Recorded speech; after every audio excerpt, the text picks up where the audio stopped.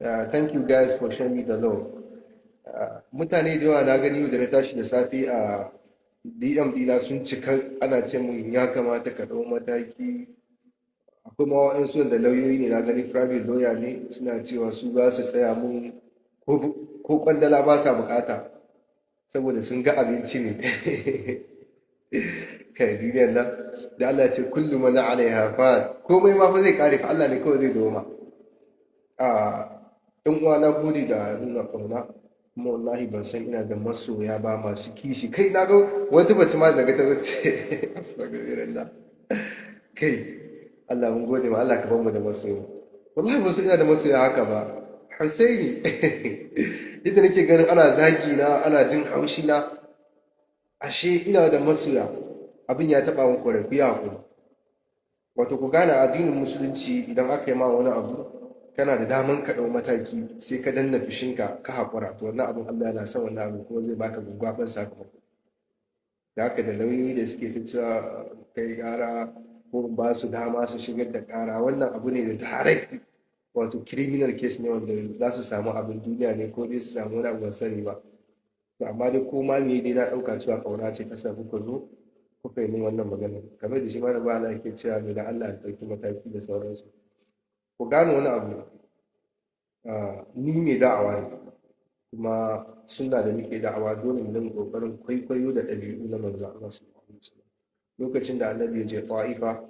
wa amara sufaha'ahum wa adidahum yusabbihu wa ramuhu bil hijara hatta zala dama min araqib rajulai annabi sallallahu alaihi wasallam da ya je Ta'ifa suka umarci wawayen cikin su da bayi suna zagin manzo Allah sallallahu alaihi wasallam suna jifin shi da duwar wasu har sai da jini ya dinga kwarara daga kan manzo Allah zuwa daga digarsa malaika zo zai musu juyin waina annabi ya ce a kyale su ba san waye ne ba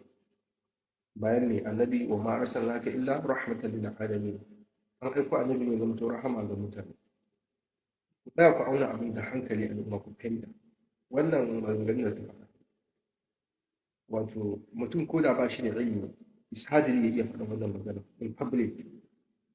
magana da criminal case irin wannan wanda kisa ne daidai yake daga ce duk inda aka gawo ruwa ne a jefi ni ne na kashe shi to ku auna mu gani to yau da mu ta faɗi wannan magana ba a mata uzurin akwai matsalar mental problem in ma dai wani abin shaye-shaye ya bugar da ita ko kuma rayuwarta ce take so ta lalata da kanta da kanta da haka wannan magana da take faɗa in ta faɗa bakin mala'iku to dole Allah zai tabbatar da abu guda ɗaya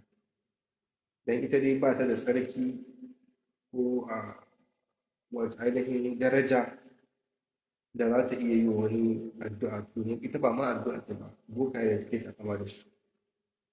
to amma akwai fa mutanen da wani magana kawai da suka yi Allah sai ya kubutar da ransu su kai simarin tsasu ce abu kaza zai faru saboda kusanci su da biye su da Allah shi yasa annabi sallallahu alaihi wasallam ya faɗa cikin hadisi da zuwa cikin sahih al-bukhari muslim النبي صلى الله عليه وسلم يقول إن من عباد الله من لو أقسم على الله لأبره أي daga cikin bayan Allah akwai wanda in yi rantsuwa da Allah ya ce abu kaza zai faru to Allah ba zai kunya tashi bane ku fitar da rantsuwarsa da haka muna roƙon ya Allah tsakaniya da wannan baiwar Allah Allah ka nuna aya Allah ka nuna aya da haka ba magana da kun je in kai kotun wannan adam ko in ba ku dama ku shiga kotun Allah ne ga wannan al'amari kuma ku jira Allah zai nuna wata ainihin hukuncinsa fatan ubangiji Allah ka samu farkon zuciyarmu kuma gaskiya I'm really happy to share with you wallahi sakonni ne ta gani